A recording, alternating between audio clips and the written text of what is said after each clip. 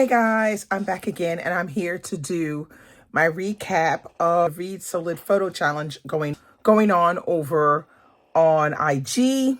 So now we're going to discuss days 11 to day 15. And yeah, so the challenge is going on, and it's like we're already, when you see this, it's going to be a little bit later than the 15th. But yeah, the month seems to be moving along pretty quickly, actually. So let's just get started.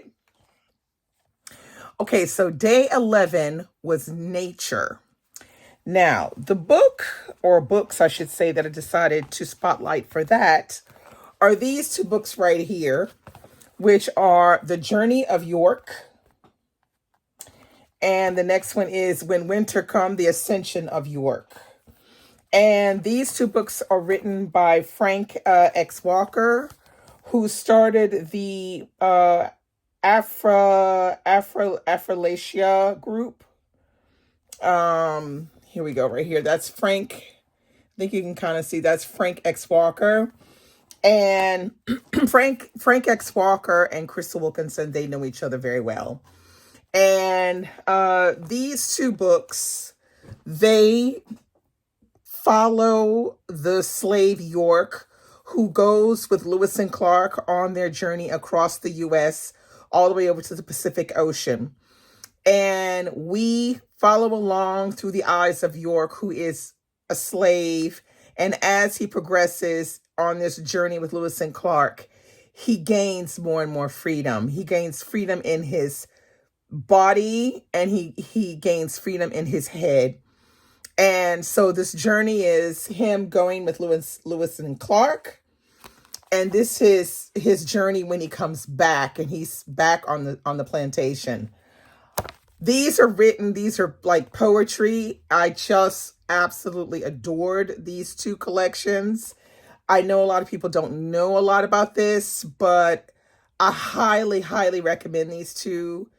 They are so well written, so descriptive, and so full of life, and just they mean so much.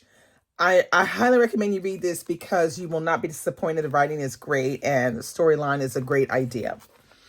Okay, that's what I photographed for nature. Okay, next we had day 12, which was reading, in which case I put a picture of myself reading this beauty right here, which is The Blueprint by Ray Gianna Rashad. And I'm just about to finish this one up, and I'm trying to figure out, am I going to do a review here on YouTube or a written review over on my blog?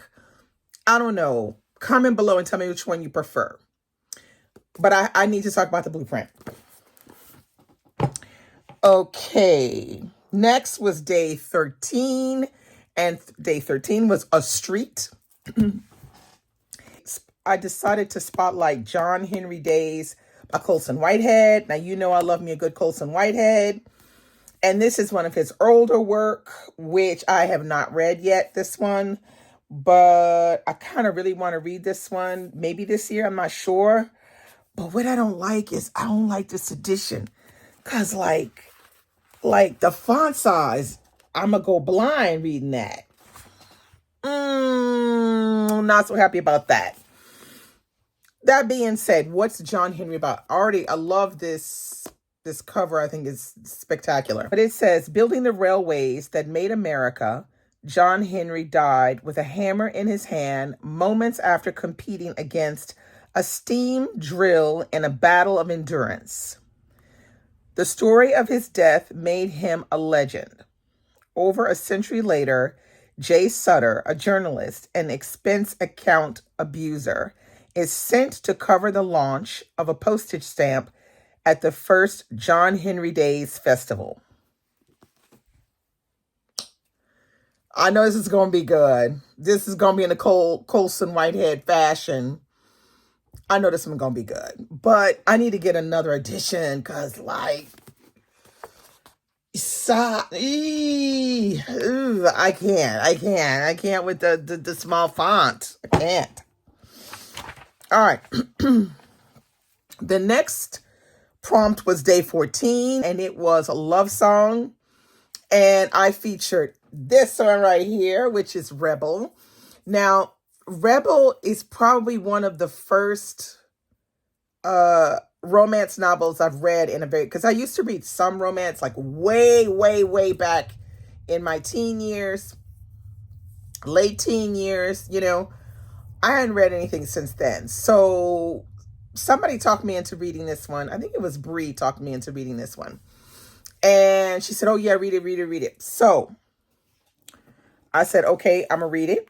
And this was actually really, really good. So good that I'm ready to read some more Beverly Jenkins. Stay tuned for more Beverly Jenkins. This is book 1 in the Women Who Dare series. And I'll tell you a little bit what it's about. Valinda Lacey's mission in the steamy heart of New Orleans is to help the newly emancipated community survive and flourish. But soon she discovers that here, freedom can also mean danger. When thugs destroy the school she has set up and then target her, Valinda runs for her life and straight into the arms of Captain Drake LeVeque. As an architect from an old New Orleans family, Drake has a deeply personal interest in rebuilding the city.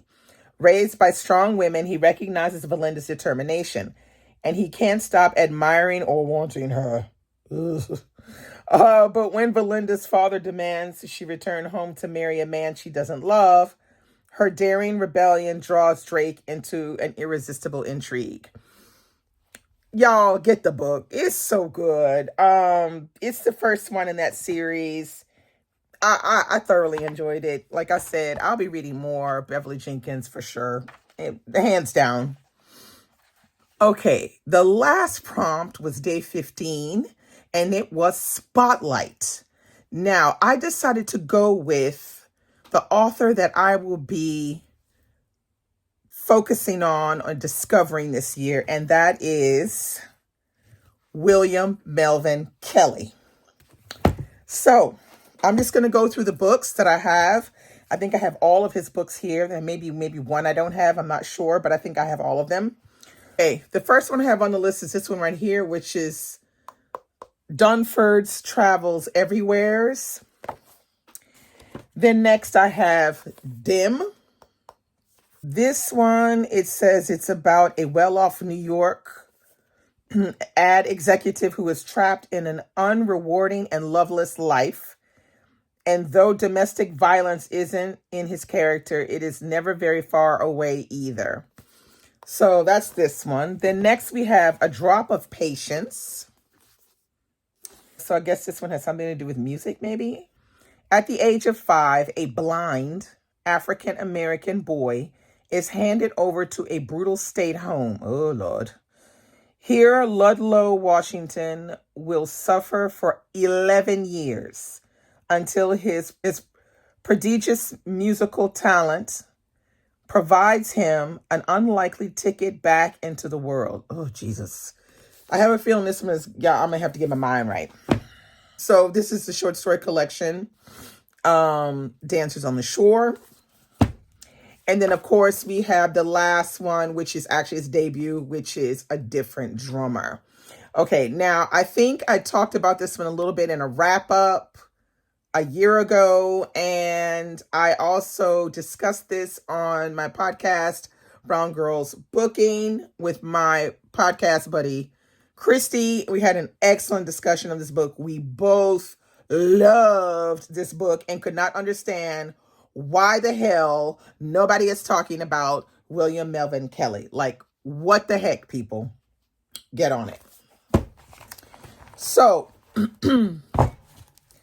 this is the Spotlight picture, and that is what I am using as my author discovery of the year. So, that brings us to an end of days 11 to 15. Stay tuned for my next video, which will be my January wrap-up. See you very soon. Bye-bye.